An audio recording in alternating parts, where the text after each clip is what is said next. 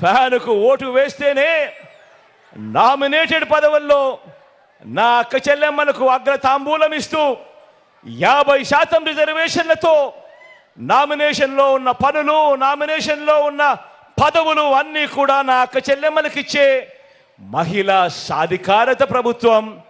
ఒక్క ఫ్యానుకు ఓటు వేస్తేనే మీ బిడ్డ జగను మళ్ళీ వస్తేనే అన్నది ప్రతి ఒక్కరూ కూడా ఆలోచన చేయండి. లేదంటే మళ్ళీ చంద్రముఖి నిద్ర లేస్తుంది,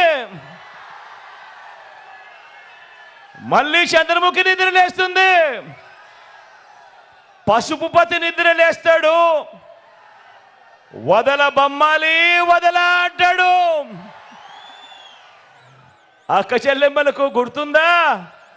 ఏడాదిగా ప్రయత్నించిన సంతానం కలగలేదా? నోవా IVF లో ఫెర్టిలిటీ ఎక్స్పర్ట్స్ ను కలవండి. మాతృత్వం కల నెరవేర్చుకోవడానికి ఉచితంగా సంప్రదించండి. పొదుపు సంఘాల విషయాలు గుర్తున్నాయా? మోసం చేసిన విషయాలు గుర్తున్నాయా? మళ్ళీ అక్క చెల్లెమ్మల బ్రతుకులన్నీ కూడా అతలాకుతలం అవుతాయి. గుర్తుపెట్టుకోమని కోరుతా ఉన్నా.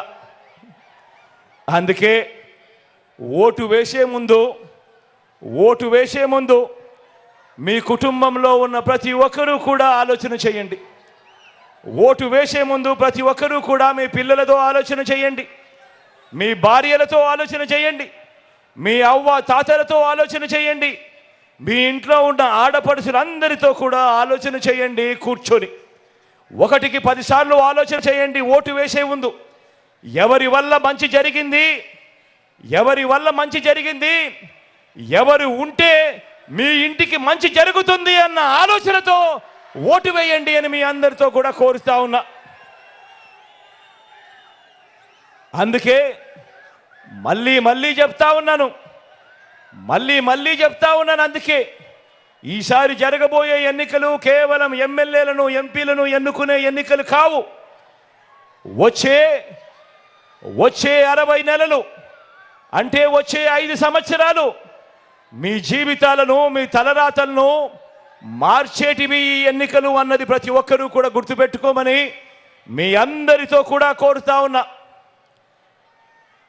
మీకు మంచి చేసిన మీ బిడ్డ పాలన కావాలా? మన రాష్ట్రాన్ని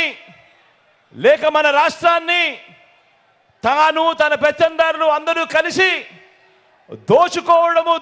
దోచుకున్నది పంచుకునే కూటమి పాలన కావాలా, చంద్రబాబు పాలన కావాలా అన్నది ఆలోచన చేయమని కోరుతా ఉన్నా.